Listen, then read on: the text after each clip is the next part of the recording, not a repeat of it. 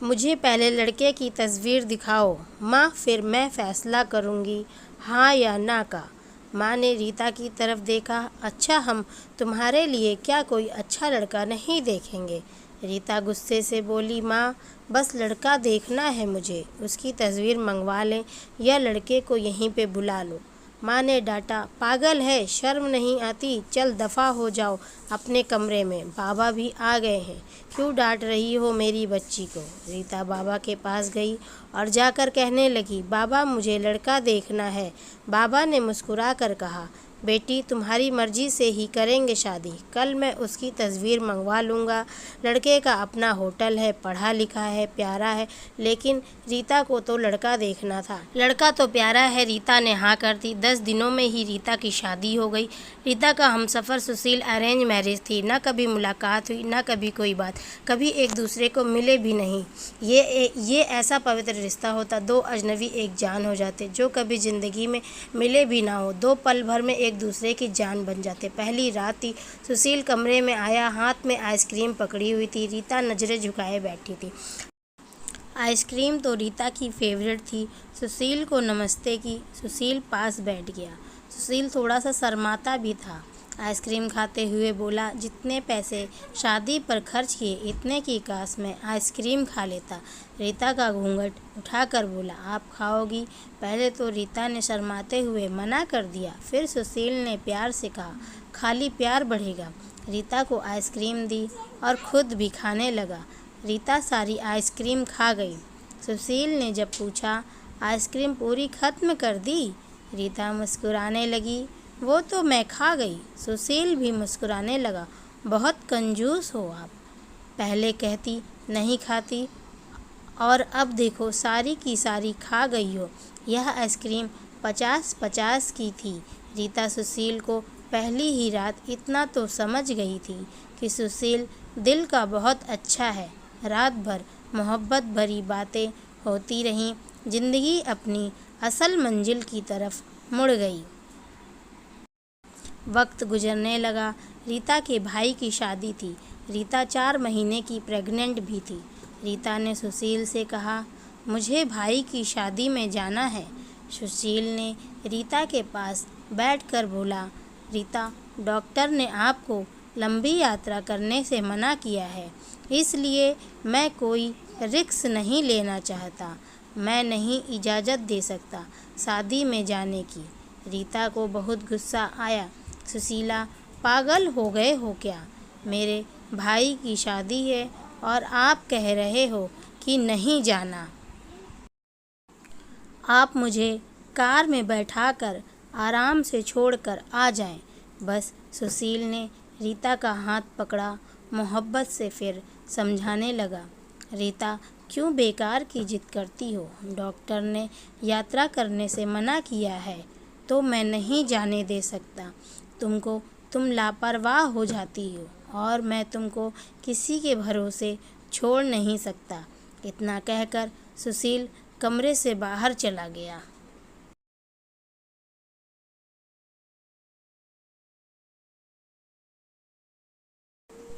रीता रोने लगी। रीता ने अपनी माँ को फ़ोन किया। सुशील मना कर रहा है शादी में आने के लिए। माँ ने समझाया, बेटा अगर वह कह रहा है तो मत ही आओ। लेकिन रीता की भाभी और भाई जिद करने लगे। क्यों नहीं आने दे रहा है सुशील हमारी बहन को? वो रात को आए। सुशील भी घर पर था। कहने लगे कि मेहंदी है, 3 दिन की बात है, अमृता को लेने आए हैं। सुशील ने रीता की तरफ देखा। रीता, मैंने क्या कहा था तुमसे? रीता ने नज़रें झुका ली, कमरे में चली गई। उठकर सुशील को गुस्सा तो बहुत था, लेकिन ये सब्र कर लिया। 1000 रुपये जेब से निकाले, रीता को दिए। ये कुछ पैसे रख लो, बाकी और चाहिए तो ले लेना, मैं आऊँगा कल। रीता बहुत खुश थी। सुशील ने अपने सीने से लगाया रीता को, अपना ख्याल रखना रीता। फिर रीता शादी में चली गई। मेहंदी की रात रीता की बुआ की लड़की भी आई हुई थी। डांस भी किया, काफ़ी एंजॉय किया। बारात वाले दिन जब भाई की बारात लड़की वालों के घर पहुंची तो बारिश हो रही थी। गली में काफ़ी कीचड़ था। रीता का पांव फिसला, गिर गई। गिरते ही उसके पेट में दर्द होने लगा। रीता ज़ोर ज़ोर से रोने लगी। जल्दी से रीता को अस्पताल ले गए। रीता दर्द से चिल्ला रही थी। सुशील को कॉल की, रीता के बारे में बताया। सुशील घबरा गया। वो जल्दी से अस्पताल पहुंचा। डॉक्टर रीता को इमरजेंसी वार्ड में ले गए थे। सुशील बहुत परेशान था। दिल की धड़कनें बेकाबू थी। जुबान पर ईश्वर का जवाब था। बाकी सब लोग शादी की खुशियों में मग्न थे, लेकिन यहाँ सुशील परेशान खड़ा था। कुछ देर बाद डॉक्टर कमरे से बाहर आए। उन्होंने सॉरी कहते हुए बताया, आपका बच्चा मर चुका है। सुशील बेजुबान सा होकर कुर्सी पर बैठ गया है। भगवान से हिम्मत मांगकर जल्दी से वार्ड में गया। रीता रो रही थी। सुशील को देखकर मुंह मोड़ लिया। सुशील पास बैठ गया, सर पर हाथ फेरने लगा। अच्छा चल, चुप कर मेरी सोनी, रोना बंद कर, बस ऊपर वाले की मर्जी थी। रीता फूट फूट कर रोने लगी।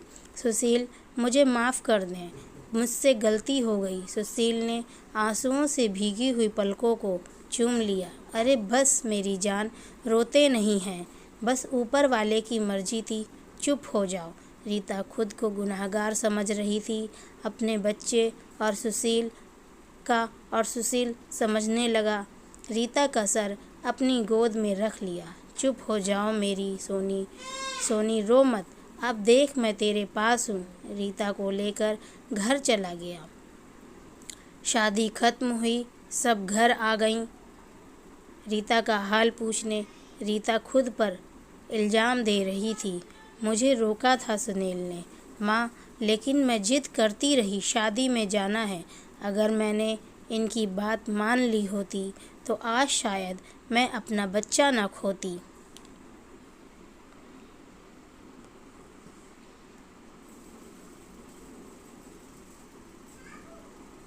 सुशील समझ रहा था रीता दिल ही दिल खुद को कसूरवार ठहरा रही है, इसलिए सुशील प्यार से समझाता रहा रीता को, अरे पागल है, खुद को परेशान न कर, ऊपर वाले की मर्जी थी ना, ऊपर वाले ने चाहा तो हमें फिर से औलाद ज़रूर देगा। रीता सुशील की आंखों में देख रही थी। सुशील, आप इतने अच्छे हैं, मुझे डांटा नहीं, आपने कुछ कहा नहीं। सुशील ने लंबी सांस ली, मुस्कुरा कर बोला, जब तुमने मेरी बात मानी ही नहीं थी तो रीता अब कुछ कहने का क्या फ़ायदा। रीता समझ रही थी सुशील का खामोश गुस्सा। 1 साल बाद फिर ऊपर वाले ने उनको बेटा दे दिया। सब बहुत खुश थे। सुशील बाहों में उठाकर झूमने लगा अपने बेटे को। रीता बेड पर लेटी सुशील की आंखों में बेटे की मोहब्बत में निकलते आंसू देख रही थी। ज़िंदगी में अच्छे दिन आते हैं, लेकिन अक्लमंद वही होता है जो खुद को हालात में ढाल लेता है। सुशील के 2 भाइयों में जो सुशील से अमीर थे, उन दोनों भाइयों का अपना अच्छा खासा बिजनेस था, लेकिन सुशील का छोटा सा होटल था जिससे बस गुजारा हो रहा था। रीता ने जिद की, सुशील, बच्चे को गर्मी लगती है, इसलिए यह बहुत रोता है, मुझे कमरे में एसी लगवा दें। सुशील ने सिर पर हाथ रखा। अरे रीता, पागल हो गई हो क्या? मेरे पास नहीं है इतने पैसे एसी के लिए। रीता ने जिद की, मुझे एसी चाहिए, बस कमरे में। सुशील अपने बेटे को सीने पर लिटाकर खेल रहा था उसके साथ। रीता बस एसी लगवाने की जिद किए बैठी थी। सुशील ने रीता का हाथ पकड़ा, अपने करीब किया। रीता, पता नहीं क्यों इतनी जिद्दी हो तुम, लगवा दूंगा एसी। ये लो, सो गया है मेरा राजकुमार, इसको लिटा दो।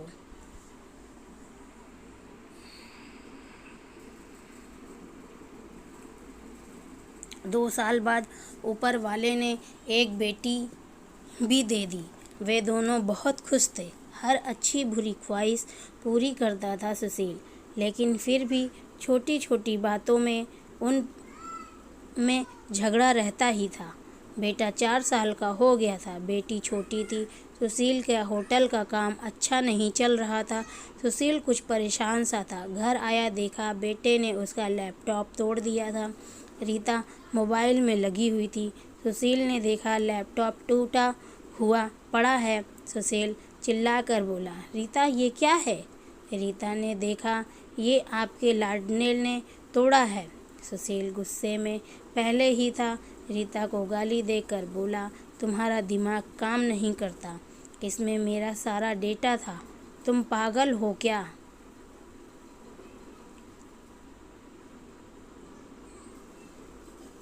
जाओ खाना लेकर आओ, उठो जाओ। रीता गुस्से में बोली, सुशील मैं नौकरानी नहीं हूँ, सारा दिन बच्चों को संभालूं और फिर तुम मुझे गाली दो।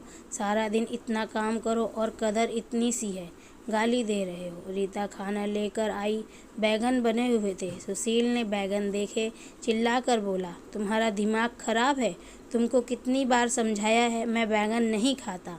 सुशील ने खाना उठाकर फेंक दिया, बाहर चला गया। इतने में बेटे ने कांच का गिलास तोड़ दिया, जो हाथ पर लग गया। काफ़ी खून बहने लगा था हाथ से। रीता ने बेटे को 1-2 थप्पड़ लगा दिए। बहुत तंग आ गई हूँ मैं तुम बाप बेटे से। बेटे को उठाकर कमरे में ले गई। रो रही थी, साथ ही उसे मैं बोल रही थी, 5 साल हो गए इस इंसान के साथ, बड़ी कदर ही नहीं है। बेटे के जख्मों पर मरहम लगाने लगी। इतने में बेटी भूख से रोने लगी। बेटी को गोद में उठाया। इस इंसान की ऐसी हरकतें रहीं तो गुजारा मुश्किल हो जाएगा। रात भर सुशील गायब रहा। रीता ने फ़ोन करके न पूछा।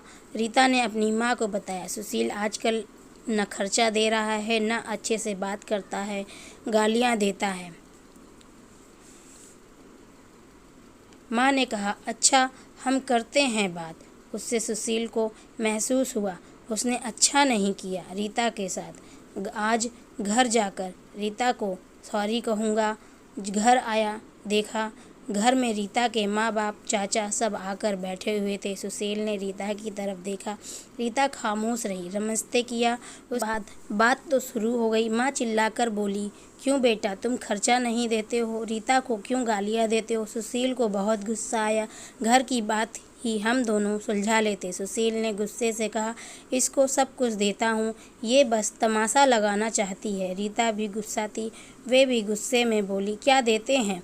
वो महीने में 10,000 देते हैं, जिसका दोनों बच्चों का दूध भी पूरा नहीं होता। एहसान करते हो मुझ पर, तुम्हारे बच्चों पर खर्चा करती हूँ। बहस इतनी बढ़ गई कि सबके सामने सुशील ने रीता को थप्पड़ मार दिया। रीता की माँ को बर्दाश्त नहीं हुआ। वो अपनी बेटी को साथ ले गईं, दोनों बच्चों को भी साथ ले गईं। सुशील ने भी न रोका उन्हें। रीता नाराज होकर चली गई। रीता को थप्पड़ ज़्यादा जोर का लगा था, निशान बन गया था चेहरे पर। माँ भी रोने लगी। ना जाने पहले भी कितना जुल्म करता होगा मेरी बेटी पर, कमीना इंसान। सुशील पहले से ही अपने होटल की वजह से परेशान था, काम न होने की वजह से, और अब यह परेशानी बन गई। रीता मायके में थी, सुशील यहाँ था, घर में परेशान था। हालात इतने ख़राब हो गए, सुशील को अपना होटल बेचना पड़ा। 2 महीने गुजर गए। दोनों ने एक दूसरे से बात तक न की। दोनों गुस्से में थे। सुशील कहता, खुद गई है, खुद वापस आए। रीता की अकड़ थी, मनाने आएगा तो जाऊंगी। दिन गुजरते गए। 8 महीने गुजर गए। कोई बातचीत नहीं हुई। सुशील के एक दोस्त ने सुशील से कहा, विदेश जाना है तो बताओ, मेरे पास एक ही वीज़ा है।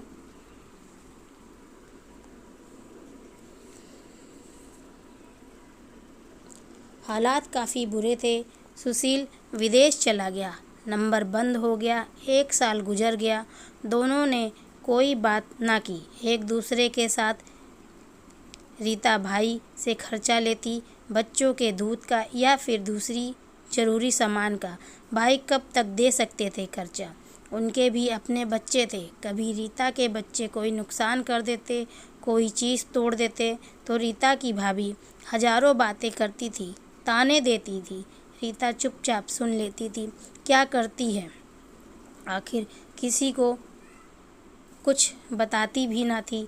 दीपावली का दिन था। रीता ने भाई से कहा, पैसे दे दो, बच्चों को शॉपिंग करवानी है। भाभी पास से बोली, बहन साफ सी बात है, हमारे पास फालतू के पैसे नहीं हैं। उसी इंसान के साथ गुजारा नहीं तो तलाक लेकर किसी दूसरे से शादी कर लो, जाओ यहाँ से। रीता उस दिन बहुत रोई थी। उसे एहसास होने लगा था, सुशील तो मेरे सर का ताज है। सुशील दुबई में बच्चों को याद कर बहुत रोता था। रीता पागल, बात कुछ थी ही नहीं, और तूने यह क्या कर दिया। उधर रीता के भाई ने रीता के लिए एक आदमी देखा जिसकी पत्नी की मृत्यु हो चुकी थी, 4 बच्चे थे।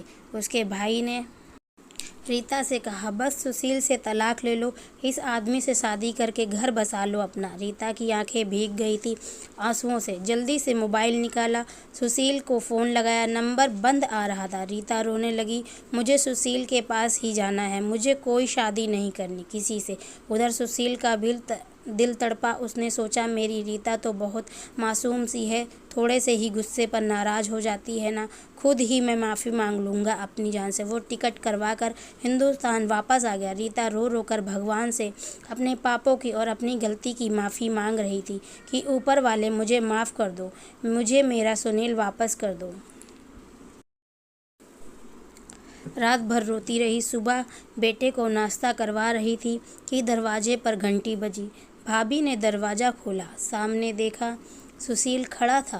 रीता की नज़र पड़ी सुशील पर, हाथ से दूध का कप छूट गया। नंगे पांव दौड़ते हुए जाकर सुशील के सीने से जा लगी, चीख चीख कर रोने लगी, सुशील मैं बहुत प्यार करती हूँ तुमसे।